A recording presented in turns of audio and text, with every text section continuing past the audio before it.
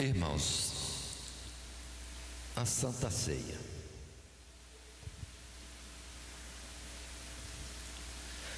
é o ato que nós devemos participar todas as vezes que nós nos reunimos, todas as vezes em que participamos do pão e do cálice,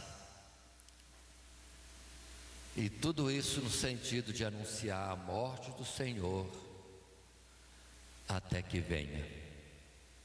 Isso não pode ser esquecido, não podemos perder o foco de Jesus crucificado por nós, e estarmos sempre revivendo, relembrando isso, até que Ele volte.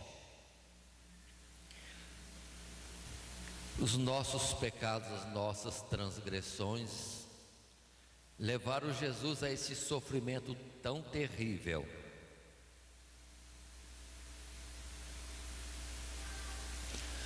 E nós precisamos estar compreendendo isso.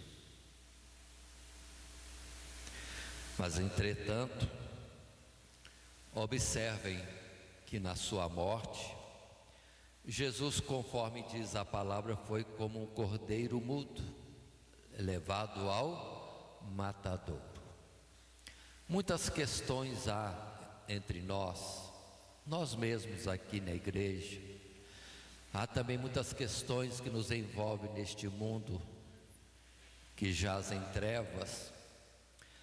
Mas observem que em tudo isso Jesus guardou sempre a sua boca e o seu coração de uma forma tremenda, sendo Ele tão justo e tendo feito tantos bens em toda a sua vida, e a sua própria vida já foi uma renúncia dos lugares celestiais para estar entre nós, trabalhando pela nossa edificação, restauração, justificação. E quando o vemos, conforme aqui temos na palavra, não somente em João, mas nos demais evangelistas também, quanta injustiça, quanta crueldade sobre Jesus, mas Ele não abriu a sua boca. E se vermos outras passagens mais, tão linda aquela passagem que Jesus, sabendo que era chegada a sua hora, vamos dizer assim, de um lado, já antevendo os momentos terríveis de injustiça, de açoites, de calúnias, difamações, tanta coisa terrível. Ele olhava para os discípulos ali reunidos, amou-os e amou-os até ao fim. Não teve momento de amargura, nem palavra dura, nem mesmo com aquele que o traía, mas sempre tendo o cuidado de estar cumprindo a vontade do Pai e não deixando nenhuma mácula na sua caminhada para o Calvário. Mas tudo isso por nós, por minha causa, é que devemos estar considerando. Por causa de mim e para meu bem, Jesus sofreu tudo isso. A palavra, a partir do verso 17, diz para nós, e vamos estar lendo. Verso 17, e vamos estar lendo até o verso 37. Os irmãos querem ler comigo? Vamos pôr-nos em pé, assim a respiração fica mais fácil e podemos alçar a voz com mais força. Leio então os versos ímpares e a igreja em conjunto, no coral, os versos pares. E eu estou na versão corrigida. Não esqueçam de usar a versão corrigida quando vão para a igreja, para o estudo, a ministração, para o culto. Verso 17: E levando ele, Jesus, às costas, a sua cruz, saiu para o lugar chamado Calvário, que em hebraico se chama Gólgota, onde o crucificaram, e com ele outros dois, um de cada lado, e Jesus no meio. E Pilatos escreveu também um título e pô-lo em cima da cruz, e nele estava escrito: Jesus Nazareno, Rei dos Judeus. E muitos dos judeus leram este título, porque o lugar onde Jesus estava crucificado era próximo da cidade, e estava escrito em hebraico, grego e latim. Diziam, pois, os principais sacerdotes dos judeus a Pilatos: não escrevas Rei dos Judeus, mas que ele disse: sou Rei dos Judeus. Respondeu Pilatos: o que escrevi, escrevi. Tendo, pois, os soldados crucificado a Jesus, tomaram as suas vestes e fizeram 4 partes para cada soldado, uma parte, e também a túnica. A túnica, porém, tecida toda de alto a baixo, não tinha costura. Disseram, pois, uns aos outros: não a rasguemos, mas lancemos sortes sobre ela, para ver de quem será. Isso, sim, para que se cumprisse a escritura que diz: dividiram entre si as minhas vestes, e sobre a minha túnica lançaram sortes. Os soldados, pois, fizeram estas coisas, e junto à cruz de Jesus estava sua mãe e a irmã de sua mãe, Maria, mulher de Clopas, e Maria Madalena. Ora, Jesus, vendo ali sua mãe, e que o discípulo a quem ele amava estava presente, disse à sua mãe: mulher, eis aí o teu filho. Depois disse ao discípulo: eis aí tua mãe. E desde aquela hora o discípulo a recebeu em sua casa. Depois, sabendo Jesus que já todas as coisas estavam terminadas, para que a escritura se cumprisse, disse: tenho sede. Estava, pois, ali um vaso cheio de vinagre, e encheram de vinagre uma esponja, e pondo-a num isope, lhe chegaram à boca. E quando Jesus tomou o vinagre, disse: está consumado. E inclinando a cabeça, entregou o Espírito. Os judeus, pois, para que no sábado não ficassem os corpos na cruz, visto como era a preparação, pois era grande o dia de sábado, rogaram a Pilatos que se lhes quebrassem as pernas e fossem tirados. Foram, pois, os soldados, e na verdade quebraram as pernas ao primeiro e ao outro que com ele fora crucificado. Mas, vindo a Jesus e vendo-o já morto, não lhe quebraram as pernas. Contudo, um dos soldados lhe furou o lado com uma lança, e logo saiu sangue e água. E aquele que o viu testificou, e o seu testemunho é verdadeiro, e sabe que é verdade o que diz, para que também vós o creiais.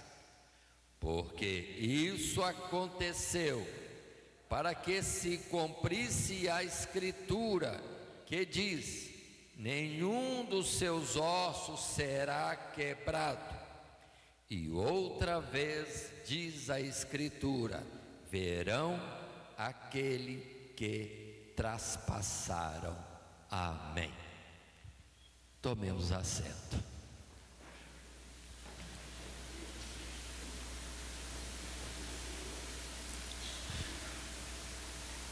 Observe, irmãos, o texto, só na leitura que fizemos, coloca várias vezes tantas coisas que de Jesus estavam já preditas, pré-anunciadas, para que, na verdade, o objetivo é que todos aqueles que estivessem depois tendo notícia de Jesus, ou os que estavam ali presentes, olhando o que acontecia naquele momento com Jesus, pudessem ser alertados, despertados para o fato que ali estava aquele de quem as Escrituras tinham sempre dito que viria: o libertador, o resgatador, o príncipe da paz, o Messias, e tantos nomes eram dados àquele que havia de vir e que estava com eles, e eles não perceberam.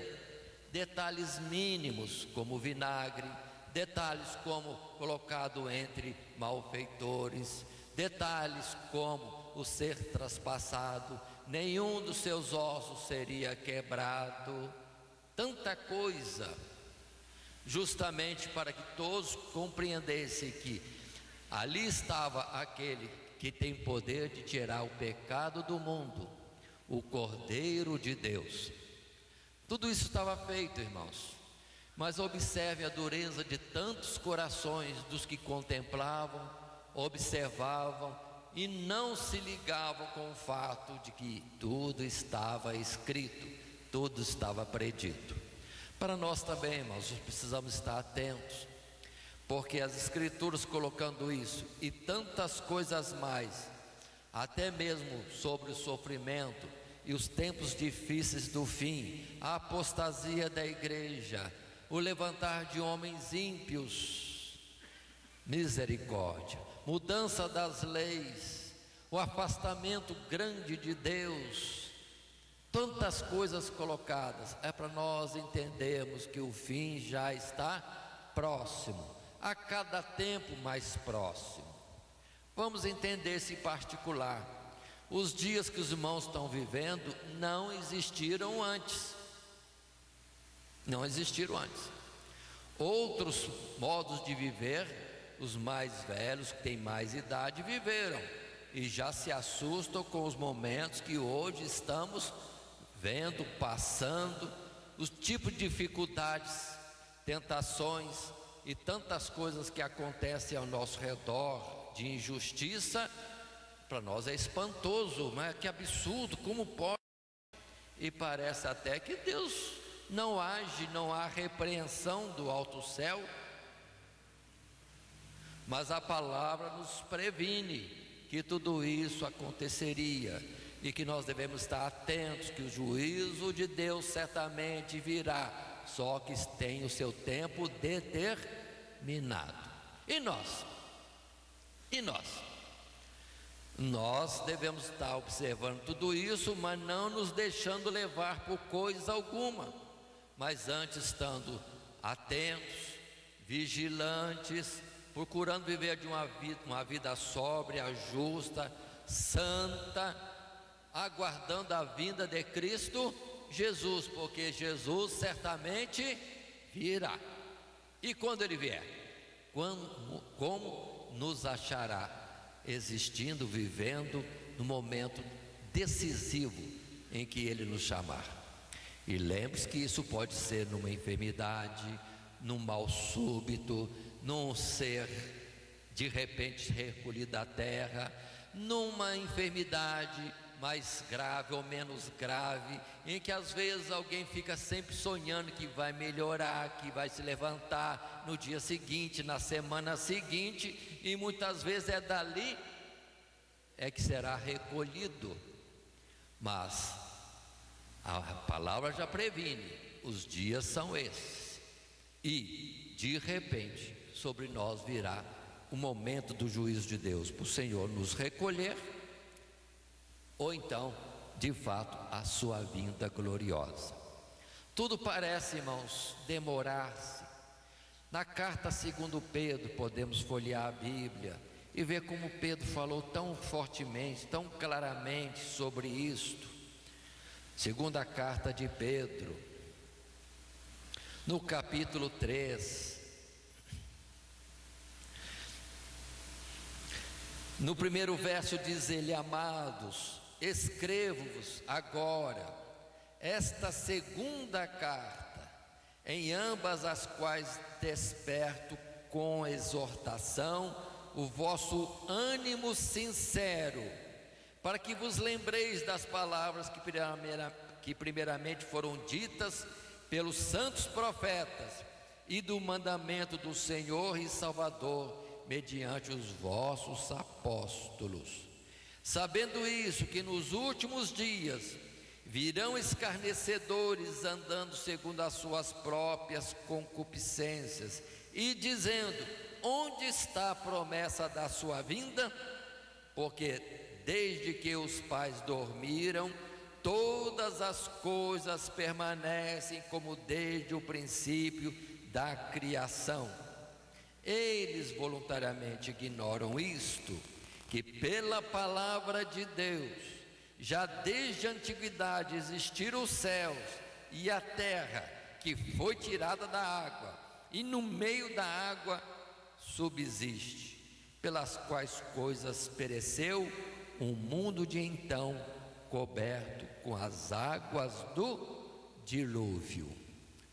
Houve um tempo anterior, irmãos, antes de Noé, antes do dilúvio, e as coisas eram totalmente diferentes, e o povo andava como queria, afastando-se cada vez mais de Deus, a terra se enchendo de violência e com procedimentos muitos totalmente contrários àquilo que era o princípio, a lei ou as normas de Deus, como se isso ficasse por isso mesmo. Mas de repente veio o dilúvio e levou a todos, saindo daquela geração de muitos anos, mais de milênio, 1600 e tantos anos, e pereceu tudo, e Deus renova a terra através de Noé, seus filhos e suas noras. E agora o mundo de novo, um novo tempo está passando, alguns milênios já passaram, Jesus já veio, depois de Jesus vir voltar ao céu, milênios estão passando, mas tal qual aquele mundo antigo, progressivamente a humanidade vai se afundando nas trevas, naquilo que é corrupto, naquilo que é injusto, naquilo que é errado, e vai indo, achando que vai ficar assim mesmo. Não vai ficar assim mesmo. É só observar que sobre a humanidade está vindo muitos desastres. Tem os desastres naturais, dos terremotos, das secas, da fome, dos tufões, de tsunami, tanta coisa. Tem também enfermidades diversas e muito mais enfermidades, novas enfermidades assolando o mundo. As drogas, a violência está enchendo a terra, e também agora esse tumulto social em todo o mundo, e também já começando no Brasil também. Onde que vai levar tudo isso? Todo esse tempo de tolerância de Deus, Deus suportando e não agindo mais drasticamente, é oportunidade de arrependimento. Somente isso, oportunidade de arrependimento. Mas certamente Deus vai estar trazendo a juízo todas as coisas. Precisamos estar atentos e não nos deixarmos levar com as variedades de doutrinas, de ensino, de formas de cristianismo, porque o Evangelho é um só, e não tem outro. E o princípio do cristianismo é simplesmente a renúncia, ou aquela palavra: não ameis o mundo, e o que no mundo há. Antes viveis sobriamente, aguardando a vinda de Jesus. Aqui no capítulo 3 de 2 Pedro, na segunda carta, ele continua dizendo, verso 8: mas amados, não ignoreis uma coisa, que um dia para o Senhor é como 1000 anos, e 1000 anos como um dia. O Senhor não retarda a sua promessa, ainda que alguns a tenham por tardia, mas é longânimo para convosco, não querendo que alguns se percam, senão que todos venham a arrepender-se. Verso 10: mas o dia do Senhor virá como ladrão de noite, no qual os céus passarão com grande estrondo, e os elementos ardendo se desfarão, e a terra e as obras que nela há se queimarão. É coisa repentina. A nossa morte, de certa forma, é repentina, a não ser que Deus nos avise. Mas fora disso, a tendência de todos é: vou melhorar, esse comprimido vai valer, essa operação vai dar certo. Não vamos nos iludir, não. Não vamos nos iludir, não. O nosso momento final pode estar perto. Verso 11: havendo, pois, de perecer, acabar todas estas coisas, que pessoa vos convencer em santo trato e piedade, aguardando e apressando-vos para a vinda do dia de Deus, em que os céus em fogo se desfarão e os elementos ardendo se fundirão. Não há depois outra oportunidade. Não há outra oportunidade. Se for na vinda de Jesus, não há outra. Jesus se manifesta, os mortos ressuscitam, o juízo transcorre e este universo desaparece em fogo. Verso 13: mas nós, segundo a sua promessa, aguardamos novos céus e nova terra, em que habita a justiça. Pelo que, amados, aguardando estas coisas, procurai que deles sejais achados imaculados e irrepreensíveis em paz. E tende por salvação a longanimidade do nosso Senhor, como também o nosso amado irmão Paulo vos escreveu, segundo a sabedoria que lhe foi dada. Observe quantas exortações nestas poucas palavras que lemos. Mas voltemos ao Calvário. Voltemos ao Calvário. Ali, irmãos, tinha uma multidão em torno de Jesus crucificado. Uma multidão. Ali estavam as 3 Marias, estava o discípulo amado, soldados romanos, as autoridades romanas, estavam também os grandes homens dos judeus, da nação de Israel, sacerdotes, escribas, saduceus, sumo sacerdote talvez. Tanta gente ao redor, tanta gente. Mas toda aquela multidão se resume em 2 pessoas só: os malfeitores, um à esquerda e outro à direita. Então, na verdade, temos ali 3 personagens resumidos: Jesus crucificado, e à esquerda e à direita toda a humanidade também crucificada, ou seja, indo para a morte. para o fim. Para o fim. Não é somente eles, os que estavam vivendo naquela época em que Jesus estava no Calvário. É hoje também esta figura permanece numa realidade espiritual. Jesus permanece como que, entre aspas, crucificado para muitos.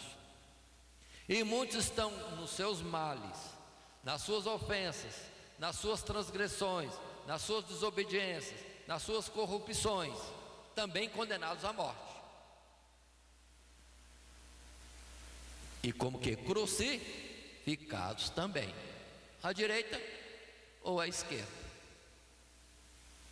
Agora a pergunta é: que faremos? Que faremos? Que faremos? Vamos reclamar? Vamos blasfemar? Vamos falar contra as autoridades? Contra isso, contra aquilo, reclamar do irmão, da outra irmã, não sei mais de quem? Não adianta. O momento é último. Ainda que soldados e outros mais estivessem como que assistentes, a posição correta é crucificados. Todos estão destinados à morte. Todos vieram do pó e ao pó certamente retornariam, ou nós vamos retornar. Agora, que fazer?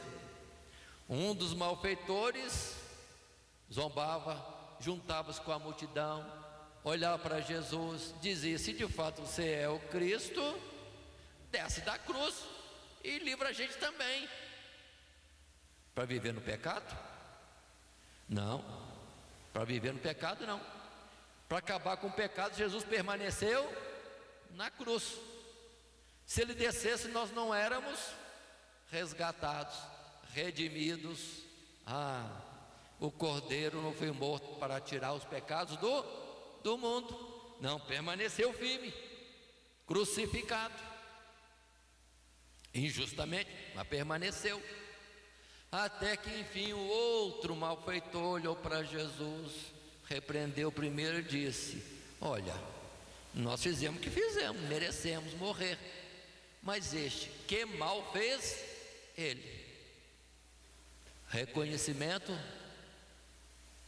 da situação nossa, base do Evangelho: arrependei-vos e convertei-vos, voltai-vos para Deus.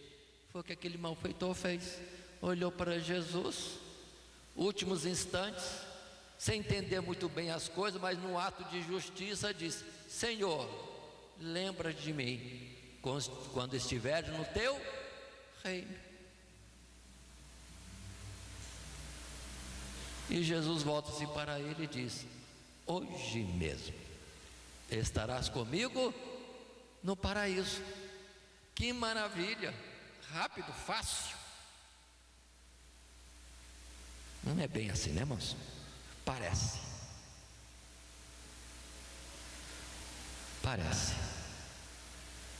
Mas na verdade quem levou todo o peso foi Cristo Jesus, porque nada devia, tudo aquilo era para nós, mas conosco ele subiu ao Calvário e por nós. E a nossa atitude tem que ser esta: daqui para frente, depois de entender as nossas transgressões, o nosso viver errado, o quão mal somos, é falarmos isso confessadamente e voltar para Jesus e pedir misericórdia. Outra palavra, perdão. Mais alguma palavra? Senhor, me leva para o céu, apesar de tudo. E a palavra de Jesus não vai ser outra senão essa: hoje mesmo. Mas só que depois que entregar para Jesus ou pede a Jesus isso, nunca mais pecar. Fomos redimidos para nunca mais pecar. Precisamos ter essa ideia, irmãos, essa consciência, que a atuação do mundo hoje é como que: pecou, mas se passa. Isso passa.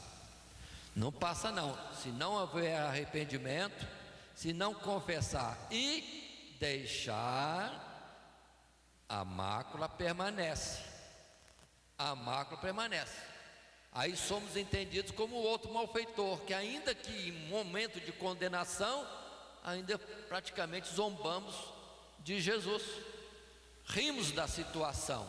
Não, vamos levar a sério, a morte está à porta, e nós precisamos arrepender dos nossos pecados, olhar para Jesus e pedir misericórdia. E hoje mesmo, disse ele, estarás comigo no paraíso. Hoje mesmo, daqui 10 anos, hoje mesmo, daqui 20 anos, hoje mesmo, até o momento que Deus nos recolher. Mas é um tempo de entrega, mudança de vida, e tão somente ter como objetivo nosso estar olhando para Jesus até que a morte definitivamente chegue para nós. Essa é a realidade, irmão. Não há um justo sequer. Precisamos olhar uns para os outros e entender que não tem ninguém pecando mais do que eu. Eu sou o principal pecador. É que Paulo diz: eu, o principal pecador.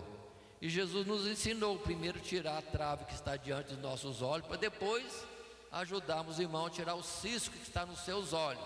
Não se considere melhor do que ninguém, considere-se o pior. Você é o mais necessitado, e urgentemente volte-se para Deus para que o perdão venha. E o ato da ceia, irmãos, no qual estamos presentes agora, nesse símbolo de pão e vinho, que na verdade fala de Jesus, seu corpo e seu sangue vertendo por nós, é para nós entendermos que a morte já está agora pronta sobre nós, de uma forma ou de outra. Mas nós precisamos estar ligados com Jesus e vivendo nesta realidade, dia após dia, participando da ceia do Senhor, anunciando a sua morte, até que Ele venha. De uma forma, nos levando através da morte, antes que Ele venha nas nuvens do céu, ou se de fato, a qualquer momento, tudo se entrar em caos, um grande estrondo, já é o juízo de Deus, e nós temos que comparecer diante do seu tribunal. O fato é esse, irmãos, precisamos estar entendendo a necessidade nesse tempo presente é levar a sério o pecado, levar a sério a urgência e rapidamente nos arrepender. Ou seja, hoje reunidos assim diante do momento da ceia, é oportunidade maravilhosa que Deus nos dá de pedir perdão pelos nossos pecados e recebemos o perdão e vivemos na graça do Senhor. Isso é sempre. Ceia não é só de mês em mês, ceia é todas as vezes, todas as vezes. Eu vou mudar um pouquinho, todos os instantes, um pouquinho mais rápido. Todos os dias, tá bom, todos os dias, mas melhor todos os instantes.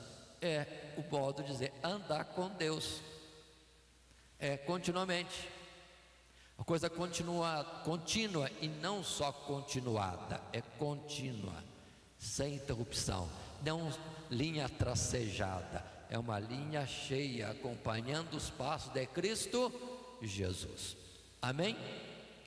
Vamos pôr-nos de pé mais uma vez.